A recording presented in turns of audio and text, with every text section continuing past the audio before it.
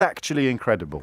I should warn Martin and Fabs, I may be a moment, but this is incredible. This is one of those stories that you read 3 or 4 times thinking that you must be getting the wrong end of the stick or something like that. But what it does, it highlights in glorious technicolour just how different responses and results have been across the world, and just how much responsibility in a country that was even vaguely honest and had a media that was even vaguely objective, that the government would be on its last legs already, even with the vaccine programme being such a brilliant success, because they found one case of coronavirus in Perth in Australia at the end of last week. One case, one security guard working, I think, on the door of a hotel where people were being quarantined. So he's probably come into contact with someone recently arrived. And we're talking about quarantine, so it plays directly into our conversations this morning. He tested positive on Saturday night,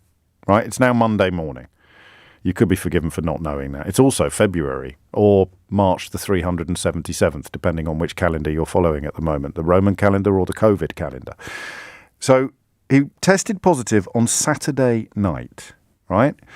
At 23 minutes past 9 this morning, this is the top line in a story in the local newspaper in Perth.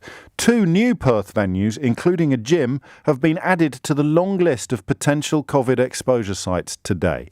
The bloke tested positive on Saturday night. It's a city with a population of 2 million. It went immediately into a 5-day lockdown. That 2 million figure doesn't include the suburbs. Forgive me, I'm good, but I'm not that good. I don't have the total population on the tip of my tongue. They found one case.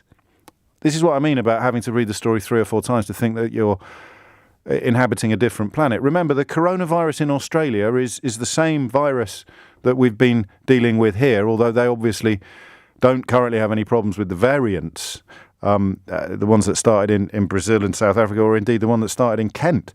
So they found one bloke on Saturday night who tested positive. One bloke.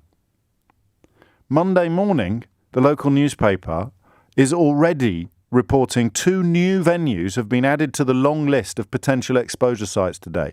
This is a list of places that he went. One person in a city with a population of 2 million. And now every single person in Perth is being told that if they went to, for example, Spud Shed in Coventry Village in Perth between 8 p.m. and midnight on January the 27th, then they need to go to a COVID testing site immediately and get tested. If, for example, they went to the pharmacy at 777 Marylands Park Shopping Centre on January the 30th between 2:30 p.m. and 4 p.m, they have to go and get tested. Just think about this for a minute.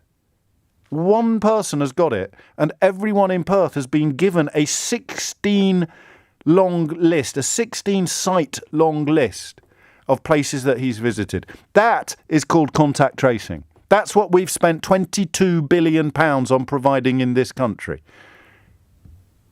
Yeah,